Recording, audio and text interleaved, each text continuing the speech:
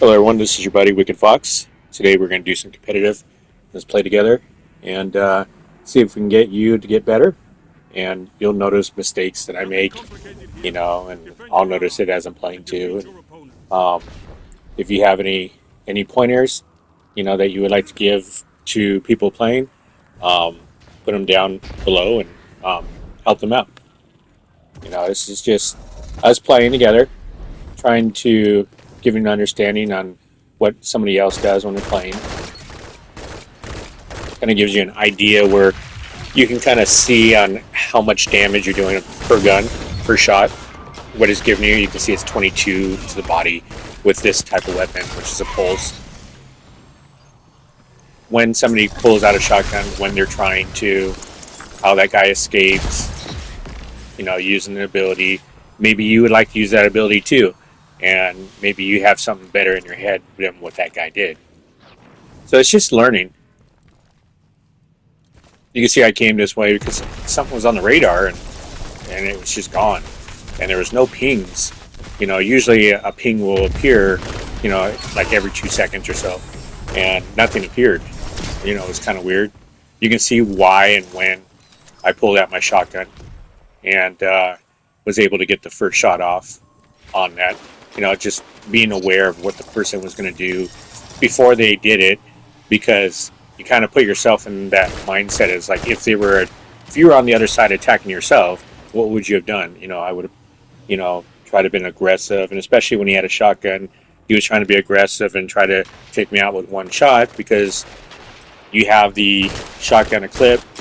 He's probably either an ape that likes to ape in with the shotguns because it is a one-shot kill. It's very powerful.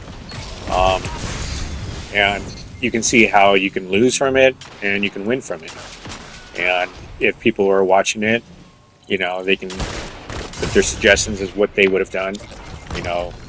What he did, was that a bad play? Was that a good play? Would you have used an ability with it? As you can see, I used an ability because I was low on health and I saw someone coming in. You can see how fast a fusion rifle, the guy got revived. He died again, but you can see I died too, but the time to kill, you can kind of get an idea by watching someone play and seeing what that damage does, because maybe you're too preoccupied as when you're fighting. You can see when somebody pulls out the shotgun, like in that situation, when you see someone flying at you, and you have an ability to do a one-shot kill. Like you can see I have no shotgun ammo right now. So I can either use this gun or I can punch him to death. And what I'm trying to do is, because I am using a longer range weapon, I don't want to be fighting him when he's got a close range and I got a long range. So you can see that did 37 to the head. This guy came in. You can see on his, he likes to ape a lot. He's using that frontal shield, which basically is giving him extra defense. And you got to break that shield. Then he doesn't get one of these shields once it's broken. But it's an ability. It's something that when you're playing, could you have used that better? Would you have slid more? Would you have flew in from higher above? Because the game, a lot of times you can't see somebody above you, and then you got your field of view. What is your field of view? Do you use 105? Do you use lower? Do you use like in PS4 when your field of view is, what is it, 80?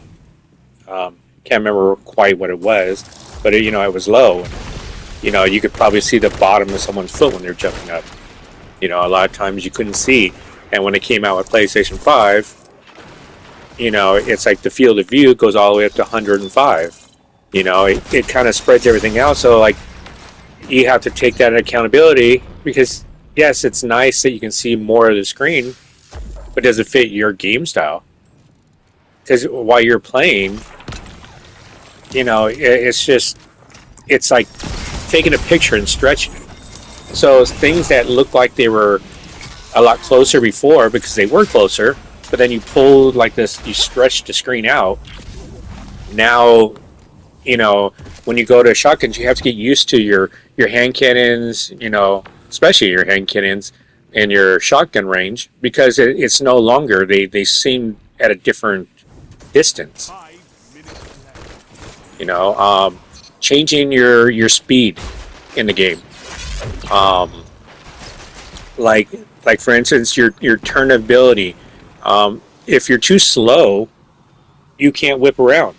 If somebody came in and surprised you from the back, do you have enough time to whip around? And if you're too slow, then you're not going to win the engagement, because a better player is going to be faster on it than you can be. But then if you change it too much and it's too fast, then you can't control your ability to stay on target. And then you end up overshooting half your bullets because the gun's too fast. And there's like two different types on the, if you go to accessories, you can see that there's one for when you're scoped in and you're turning for your turn radius, and then one when you're not scoped in. So some people will go real high on, you know, turning when they're not scoped in, and then they'll go, you know, as low as possible when they are scoped in.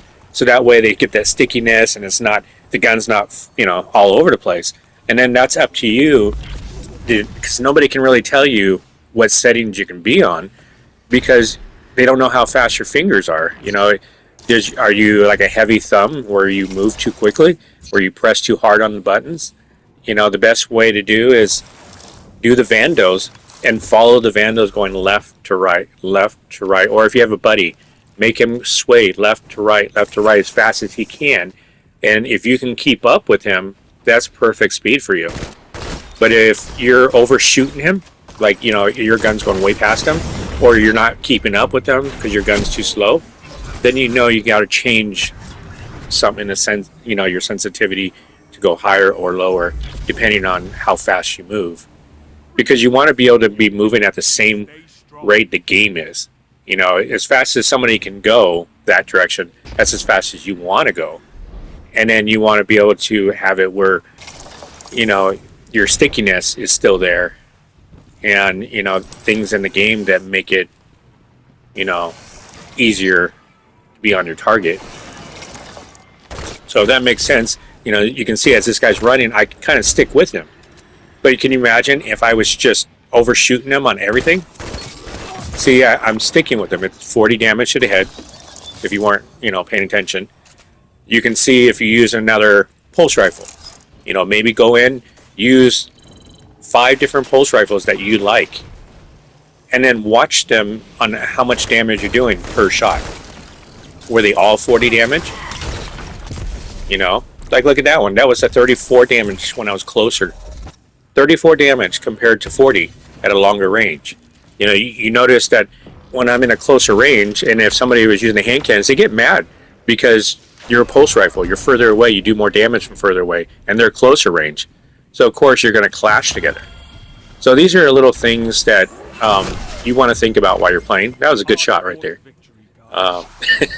It's still not going to show on the scoreboard, you know. But yeah, that was pretty good. But 3.4, that's not bad. All right, thank you guys. Have a good day.